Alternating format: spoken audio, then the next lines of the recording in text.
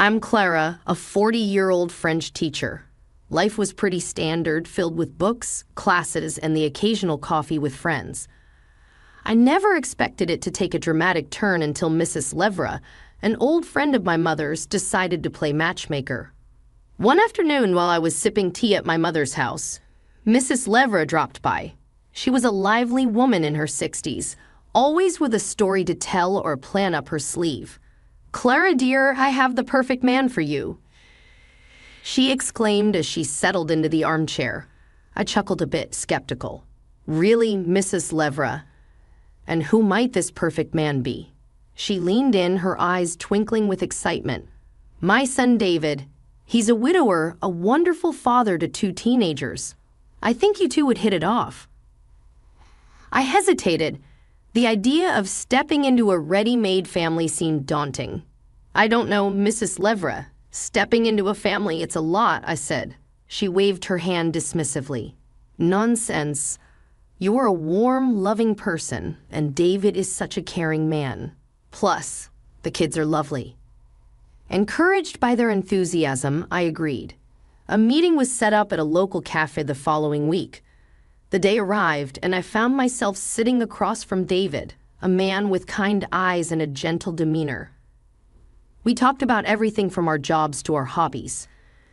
He was a civil engineer who loved hiking, while I shared stories about my teaching and my love for French literature.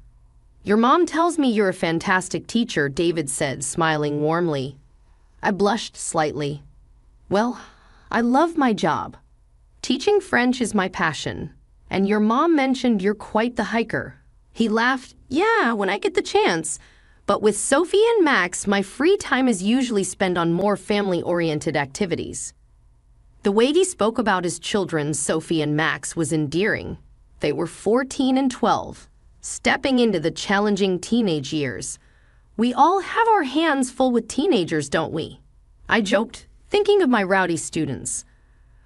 By the time we finished our coffees, I felt a connection with David, a sense of understanding and mutual respect. We agreed to meet again, and I found myself looking forward to it. After David and I got married, life settled into a comfortable routine that I cherished deeply. The addition of Sophie and Max, David's children, into my life was a source of joy, filling a gap I didn't know existed. I loved being a part of their lives, even though they never called me Mom. The bond we shared was unique and special in its own way. One lazy Sunday afternoon, I found myself in the kitchen baking cookies with Sophie. The air was filled with the sweet aroma of chocolate and vanilla. "Clara, do you think these cookies will turn out okay?" Sophie asked, a hint of doubt in her voice as she mixed the dough. I smiled at her. "You're doing great, Sophie. Baking is like learning a new language.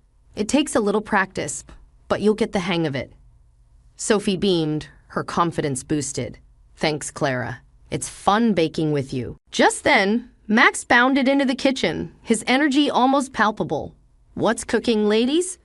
"It smells awesome. We're making cookies. Want to help us with the decorations, Lear?" I asked, knowing his creative flair would add a fun element to our baking. Max nodded enthusiastically. "Sure. I'll make them look super cool." The afternoon passed with laughter and light-hearted banter. It was moments like these that made our house a home. Later that evening, as we sat down for dinner, the conversation turned to our plans for the upcoming holiday. "How about we go hiking this year? There are some great trails not far from here," David suggested, his eyes gleaming with excitement. Sophie seemed intrigued. "Can we camp overnight? I've always wanted to try that." Max chimed in, "Yeah, and maybe use some fishing too." I watched the animated discussion, feeling a warm sense of belonging. "That sounds like a great idea, a little adventure for the family," I added. David reached across the table, giving my hand a gentle squeeze. "Thanks for being so open to this, Clara. I know outdoor stuff isn't really your thing." I laughed. "Well, I might not be the outdoorsy type, but I'm definitely up for new experiences, especially with you all." The dinner continued with plans and ideas being tossed around, each of us contributing to the holiday itinerary. It was a simple meal, but the warmth and love that filled the room made it memorable. That night, as David and I cleaned up the kitchen, he turned to me, his expression soft. "Clara, I just want to say you've been amazing with the kids. They've really opened up to you." I leaned against the counter, a contented sigh escaping my lips. "I love them, David. They're great kids, and I just want to be there for them in whatever way they need." He wrapped his arms around me, pulling me close. In that embrace, I felt the strength of our family bond grown over shared experiences, mutual respect, and love. I went to bed that night feeling grateful and fulfilled. Shortly after our wedding, David's mother, Mrs. Levra, suffered a stroke that left her paralyzed. In the blink of an eye, our lives changed drastically. I took on the responsibility of caring for her, balancing this new role with my job as a French teacher and managing household chores. These were challenging times, but I found solace in providing comfort to someone who had welcomed me with open arms into their family. Years passed, and Mrs. Levra's health continued to decline. Then, one fateful morning, she passed away. The loss hit me harder than I expected. She had become like a second mother to me. The day after her passing, the house was quiet, an eerie calm that felt unnatural. I was in the kitchen, lost in my thoughts, when David and the kids came in. Their expressions were solemn, but there was a strange undercurrent of anticipation in their voices. "Mom's lawyer will be here this afternoon to discuss the will," David said, pouring himself a cup of coffee. Sophie chimed in, her tone surprisingly light. "I wonder what Grandma left for us. She always said she had some savings aside." I was taken aback by their conversation. Shouldn't we be focusing on arranging a proper service for her? She was a big part of this family, David. David shrugged. "We'll take care of that, but there's no harm in looking ahead, Clara. Mom would have wanted us to." As the day progressed, their excitement over the inheritance became more apparent. It was as though Mrs. Levra's passing was merely a pathway to financial gain. I couldn't help but feel disturbed by this blatant display of greed. That evening after the lawyer's visit, David and the kids gathered in the living room, eagerly discussing the inheritance. I stood at the doorway listening to them. "So we're getting a good amount then?" Max asked, his eyes gleaming. David nodded. "Yes, enough to make some significant changes around here." Sophie's laughter filled the room. "Finally, I can get that new laptop I wanted." I stepped into the room, unable to contain my disappointment. "Is this really what's important right now? Your mother just passed away, David." He looked at me, his expression cold. "Clara, you wouldn't understand. This is family stuff." I felt a sting at his words. "I cared for your mother for years, David. How can you say I wouldn't understand?"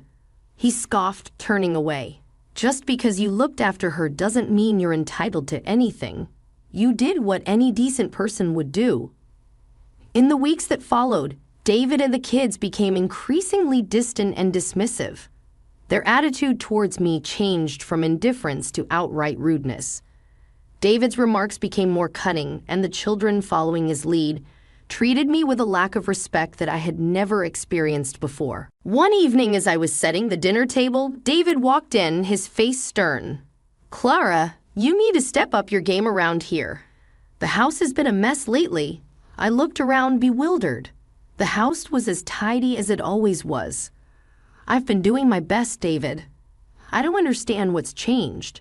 He shrugged, his voice harsh. "Just saying you could do better. After all, it's not like you're contributing much else around here." I felt a lump form in my throat. The man I had married, the family I had embraced, were now treating me like an outsider, an unwelcome burden. The shift in my family's demeanor after Mrs. Levra's passing wasn't gradual but a sudden plunge into a cold, unfeeling world.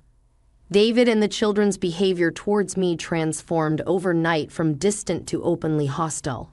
Every day brought a new barrage of insults and nagging, and I was treated less like a family member and more like an unwelcome servant.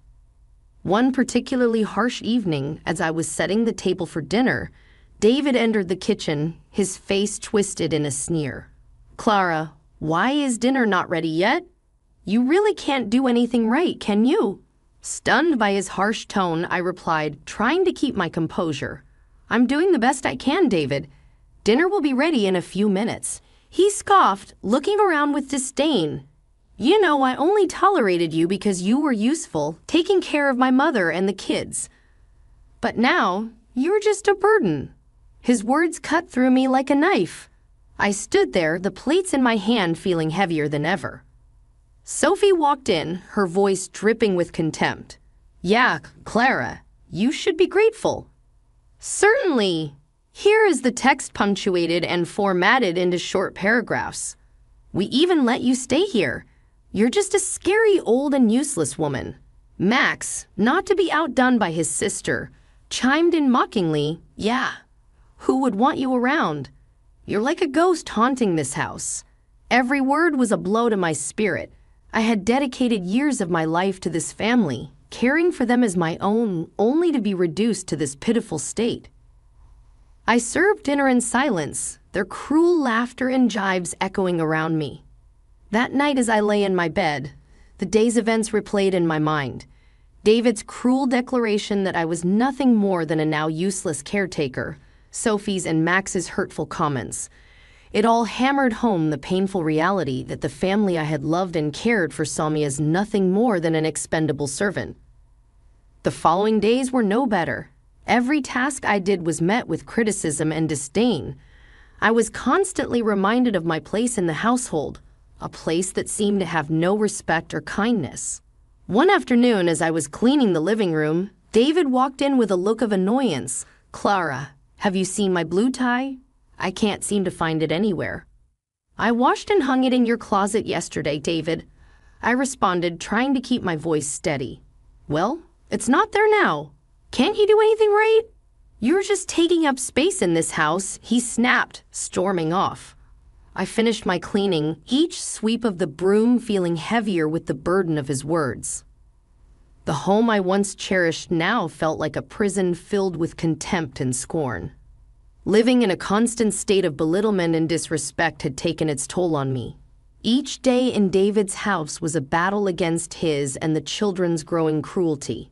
I began to contemplate the painful decision of leaving, but my worsening leg pain and the lack of financial resources made me feel trapped. One chilly morning, as I limped around the kitchen preparing breakfast, David stormed in, his face twisted in annoyance.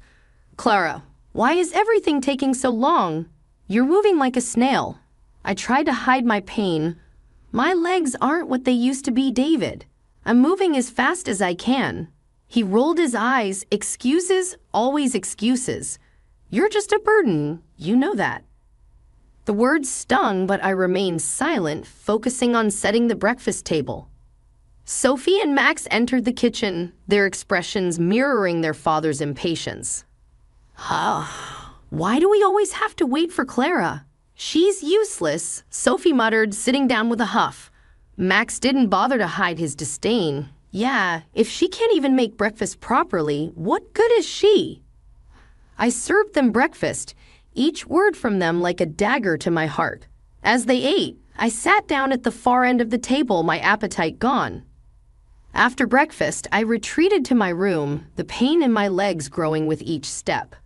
The lack of empathy and the constant insults from David and the kids were unbearable. I sat on the edge of my bed, the reality of my situation sinking in.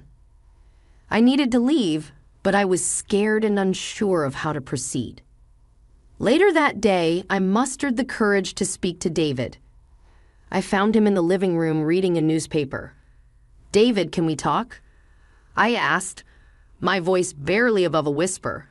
He glanced up, his expression one of irritation. "What is it now, Clara? I've been thinking, maybe it's best if I leave. I don't feel welcome here anymore," I said, my voice shaking. David looked at me, a smirk forming on his lips. "Leave and go where? You have no money, no place to go. Your mother died without leaving you anything to inherit.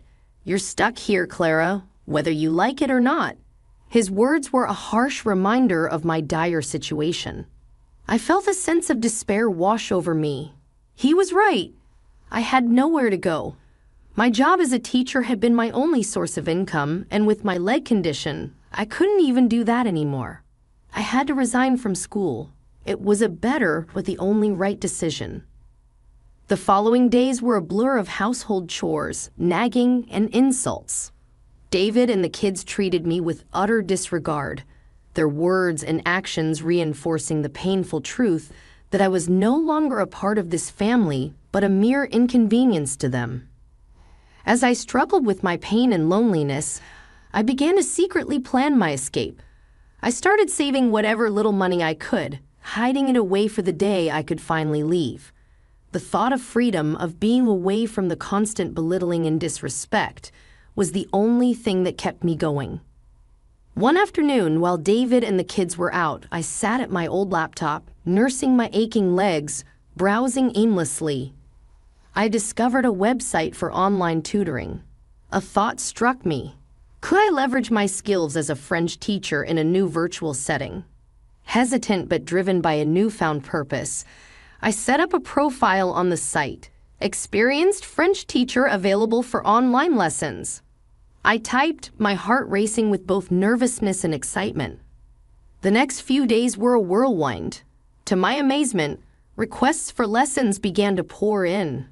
My afternoons, once filled with loneliness and despair, were now occupied with teaching eager students from around the world. One day, as I finished a lesson, Sophie walked in, her eyes narrowing at the sight of the laptop. "What are you doing?" she asked suspiciously. "I'm teaching French online. It's something I'm good at," I replied, trying to keep the defensiveness out of my voice. She scoffed, "As if anyone would want to learn from you." I ignored her remark, feeling a sense of pride in my small but significant accomplishment. As weeks turned into months, my reputation as an online French tutor grew. I started earning enough to entertain the idea of independence, of a life away from the constant degradation I faced at home. The days that followed saw me juggling my newfound career with household chores. Despite the physical pain and the emotional drain of living in a hostile environment, I found solace and strength in my teaching.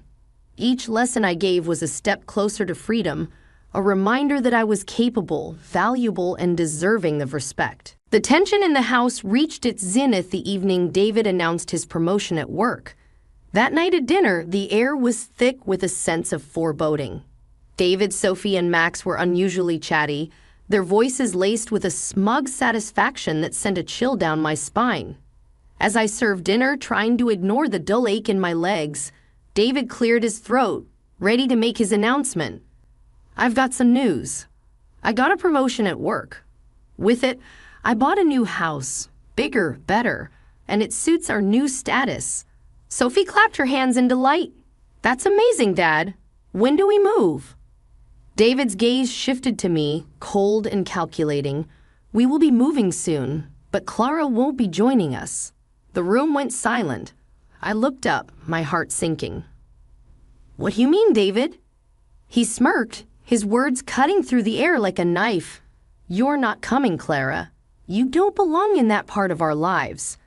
You were useful once, but not anymore." Sophie joined in, her voice dripping with disdain. "Yeah, Clara, you're just an old limping woman. What use would you be in our new house?" Max laughed, adding insult to injury. "You should be grateful we let you stay here this long." I stood there, the plates in my hands trembling. The pain of their words was sharper than any physical ache I had ever felt. David slid the divorce papers across the table to me. "I think it's best we part ways. You can stay here until the house is sold." Numb, I picked up the papers. My hands were shaking as I signed them. There was no point in arguing or pleading.